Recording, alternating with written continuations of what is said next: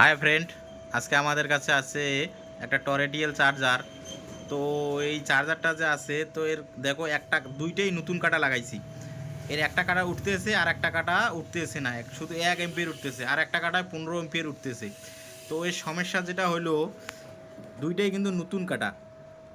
তো এই যে কাটাটা আছে, এই কাটাটা যে কোম্পানি বানিয়েছে, এই কাটাটা যে আছে, এই কাটাটা যে কোম্পানি বানিয়েছে, তো এর যে কাটার ভিতরে কিন্তু কয়েল আছে, এর যে কয়েলটা আছে, এই কয়েলটা ওমস বেশি, এই কয়েলের ওমসটা বেশি আছে। আর এই যে কাটাটা আছে, এই কাটাটার কয়েলের ওমসটা কম আছে, যেটা আমাদের চার্জারে লাগে। কিন্তু এইটা যে কোম্পানি কোন কাটা বানিয়েছে আমি বুঝলাম না।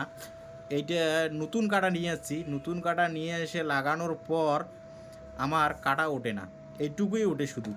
আর আমার কাছে এই যে একটা নতুন কাটা আছে, এটা আমার দোকানে ছিল। এই কাটাটা যখন আমি লাগাইলাম তখন আমাদের কাটা উঠতেছে, কিন্তু তারপর আমি দুইটা কাটাই একসঙ্গে লাগাইলাম, তখন দেখলাম যে আমার এই কাটাটা সমস্যা আছে, এই কাটাটা ওঠে না। তো তারপরে আমি মাল্টিমিটার দিয়ে